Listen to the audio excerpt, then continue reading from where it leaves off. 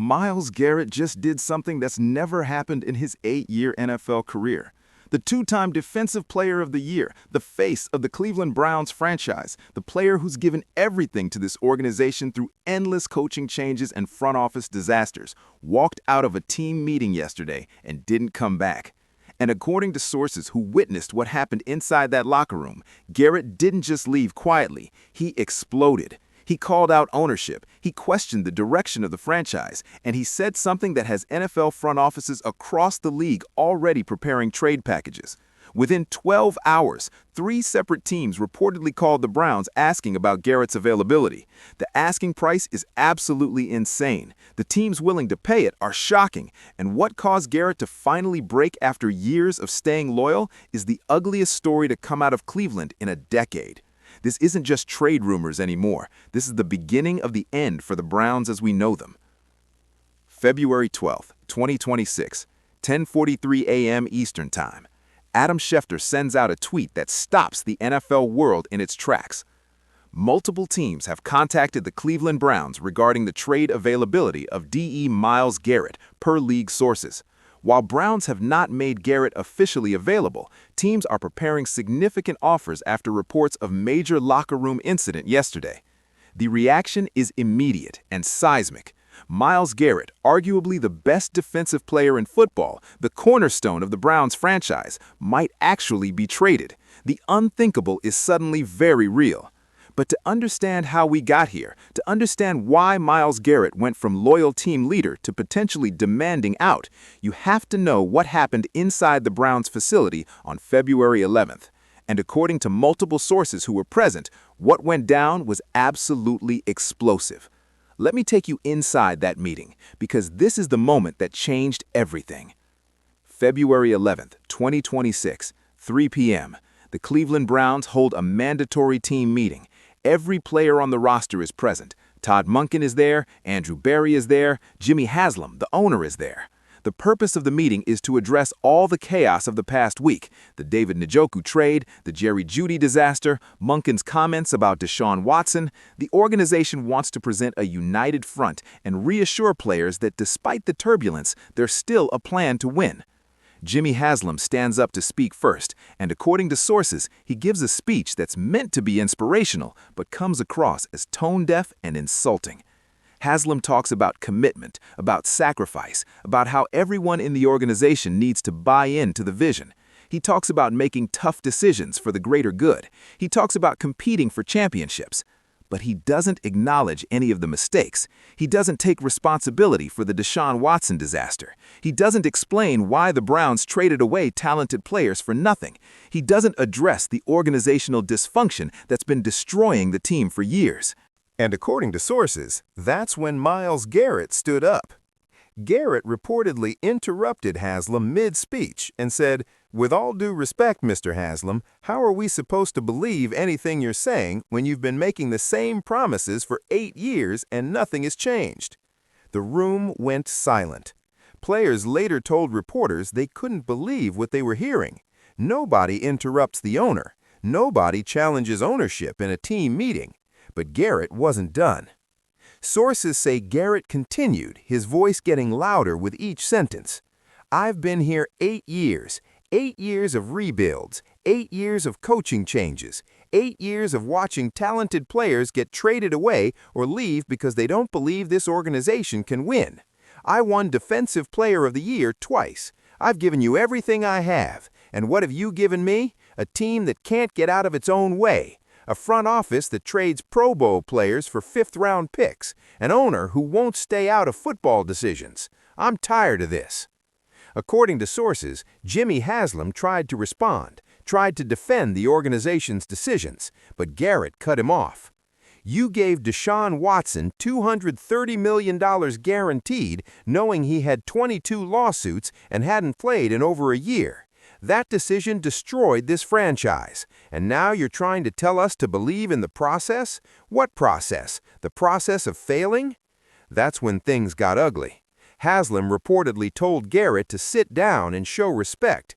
Garrett refused. Todd Monken tried to de-escalate the situation, but Garrett ignored him.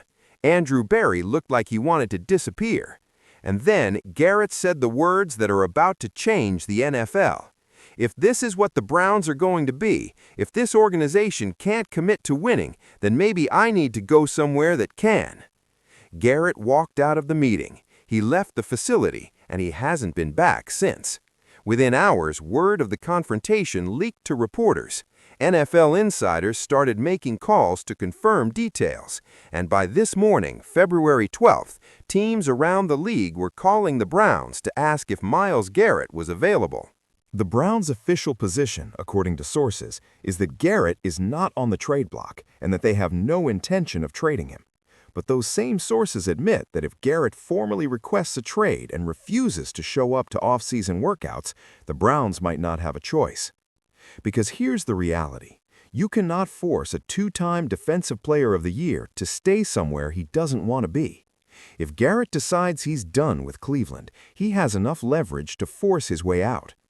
The teams reportedly interested in trading for Myles Garrett are a who's who of NFL contenders willing to mortgage their future for a generational pass rusher. First team, the San Francisco 49ers. San Francisco has been one win away from a Super Bowl multiple times in recent years. They have an elite defense, but they don't have a truly dominant edge rusher. Adding Myles Garrett would give them the missing piece. According to sources, the 49ers are willing to offer 2 first-round picks and a young defensive player to get Garrett. Second team, the Philadelphia Eagles. Philadelphia's defensive line has been their identity for years, but they're aging. Adding Garrett would instantly make them the betting favorite to win the NFC.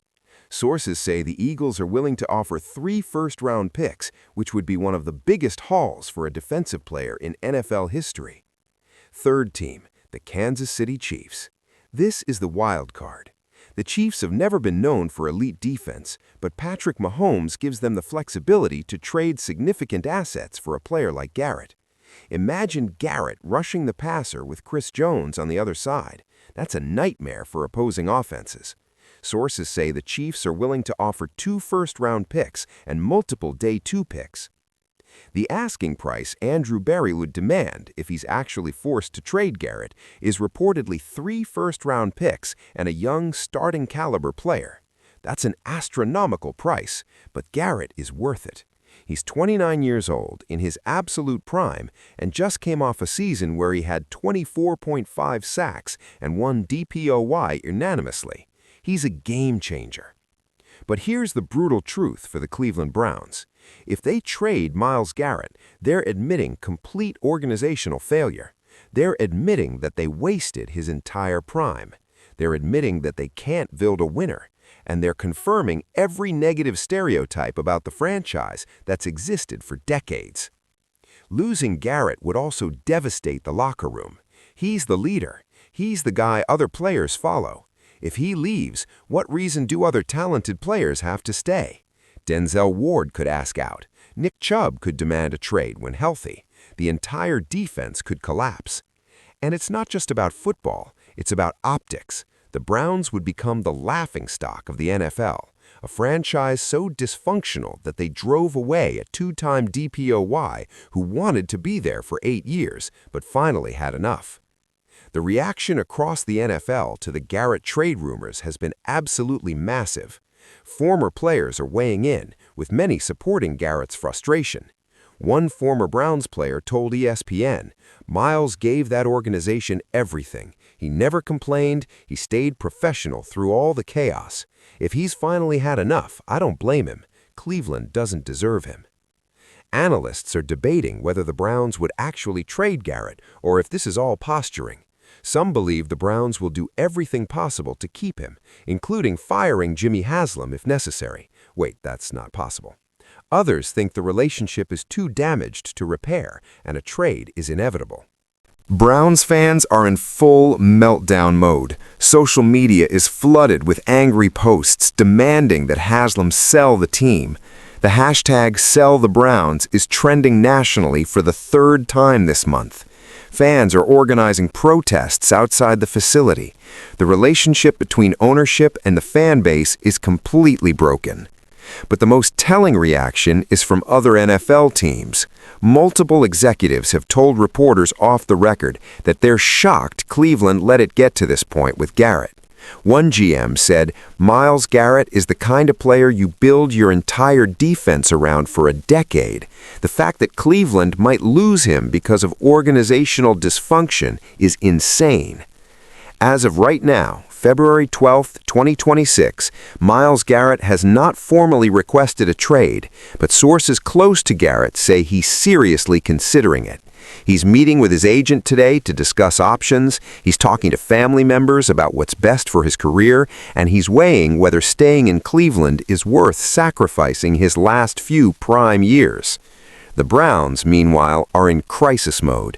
Andrew Berry is reportedly trying to reach Garrett to smooth things over. Todd Monken wants to meet with him to discuss the team's plans. Jimmy Haslam is said to be furious that this is playing out publicly, but also realizing that he's the reason it happened. If Garrett doesn't show up to the Browns' off-season program in April, the trade rumors will intensify.